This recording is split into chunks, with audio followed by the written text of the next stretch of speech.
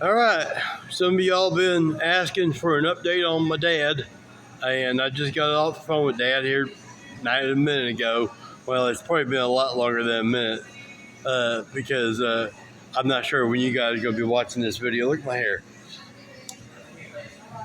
Anyway, he's in pretty good spirits.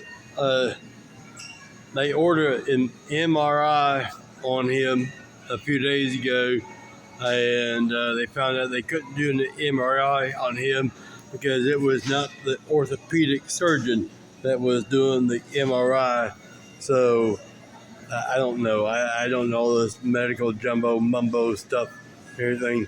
I'm sure a lot of you guys know a lot more about it than I do. I don't have anything to do with doctors and nurses and hospitals and insurance and things like that, but that's neither here nor there. Dad's doing okay. He's home. He's been in the hospital for about a week now, and he got home yesterday, so he's in pretty good spirits. He sounded good on the phone and all that. So he's a tough old man. He's 84 years old. He's a pretty tough old bird. He's been through a lot. He worked hard his entire life, and now he's having to pay the government all the money that they're paying him. It just don't make no sense to me. You work hard your entire life. I'm talking, he worked since he was able to walk. He grew up in the eastern hills of Kentucky, and they had the philosophy back then, if you're old enough to walk and talk, you're old enough to work. So he was out there peeling potatoes, picking potatoes, shucking corn, picking corn, beans, cauliflower, broccoli, doing whatever they could do. They slaughter a pig and a cow, every once in a while. And, there was like 6 or 7 of them. Let's see, there was Jay, Bernice, Leon, my dad, and then 2 sisters. So there were 6 of them, Regina and Claudette. So there were 6 of them. My dad's done lost 2 of his brothers. One of them was my best uncle. He was my best uncle ever, Jay Sargent. Jay Watson Sargent was his name. And he was athletic. So my dad had to do a lot of defending of Jay because Jay wasn't allowed to be in school because when kids come picking on him, Jay would wallop them. He would black out. So Jay was always a tough guy. My dad, Jay would, dad's stories, of course, with a bow saw out there.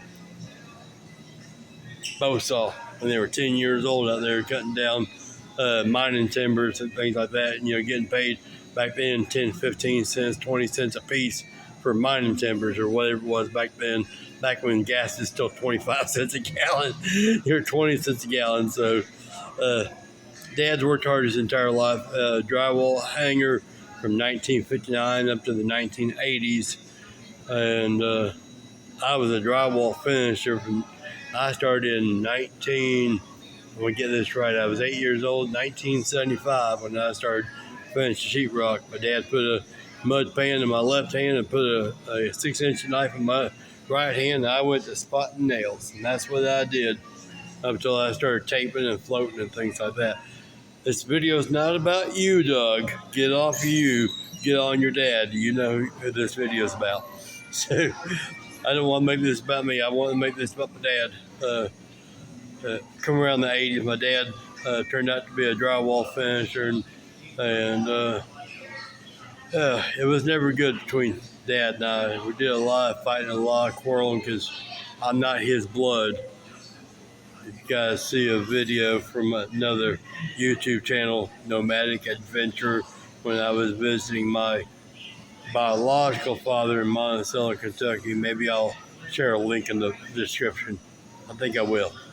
I'm not my dad's blood, so my dad never probably understood me about how I was and where I come from and all this stuff. So I got stories. There again, I'm not trying to make this about me, but I am on my 56th journal, and this journal is pretty much completed. Right now, I'm just going back and filling in half pages on my 56th journal. Doug, it's not about you. This video is about your dad. Dad and I, we're not the same. I wasn't raised up the same as he was. He was raised up in a house with a bunch of siblings, and in the Eastern Hills of Kentucky, coal mining, and you know, uh, I mean, they didn't even have a tractor. They had a plow and a mule. Me, and not about you, Doug, but me, I was raised up in the mobile home park on the east side of Indianapolis. Parkwood Mobile Homes in a town called Lawrence, Indiana, was my hometown. Uh, I wasn't raised the same as him. I wasn't raised with the same ethical reasoning, and I wasn't born and raised up with properness, I guess you could call it. I was more or less running the streets from 13 to 16 years, or 13 to 19 years old. I was running the streets of Indianapolis with all the hooligans and all the outcasts. So that's how I ended up to where I'm at now, because I've always just been different. It's not about you, Doug.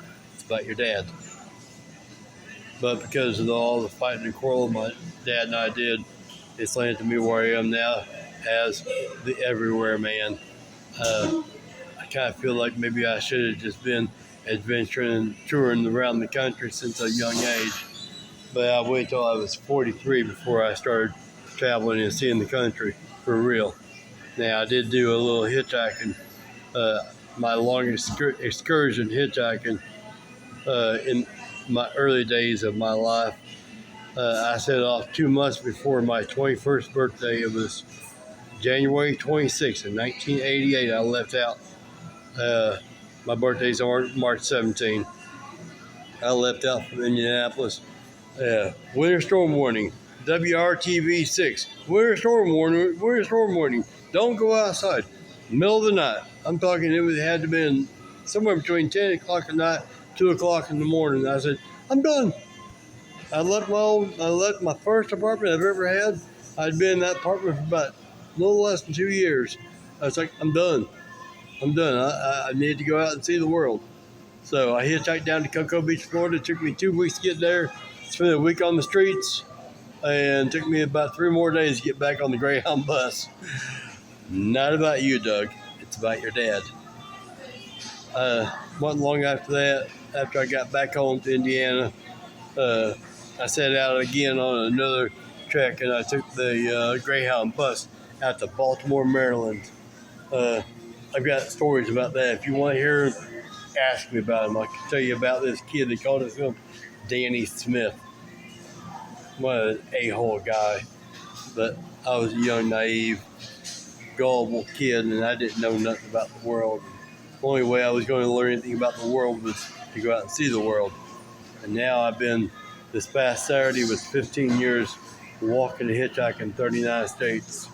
My 39th state being South Carolina, April to June last year. Not about you, Doug. This is about your dad. This video is all about your dad and his healing, everything. Dad still needs prayers, healing prayers. He sounded like he was in pretty good high spirits today, so being a tough old goat like he is, I think he's going to be just fine. But prayers are still good to have out there. So we're going to get off the video. Right now I'm in Medicine Park, Oklahoma. I'm broke as anything right now. I don't have a penny to my name. Well, I got a few pennies, but I'm not spending them. You guys know, if you watch my channel, I'm a little bit of a coin collector, and I hold strong to my coins. I don't spend my coins if I don't have to, because I've got reasoning for that. So my retirement is my reasoning for holding on to my coins. I'm going to get off the video, do some prayers for my father. If you want to, do some prayers for me. I think I'm going to be just fine. I'm looking for work. If you're watching this video, we haven't met yet. You got something for me to do, put me to work, I'll go to work for you. I'll help out however I can. I love you guys. I'm going to get off the video. Take care of yourselves. Take care of your loved ones. Take care of everybody around you. And try to help as many people as you can help out there in the world. God bless. Keep well. Stay safe.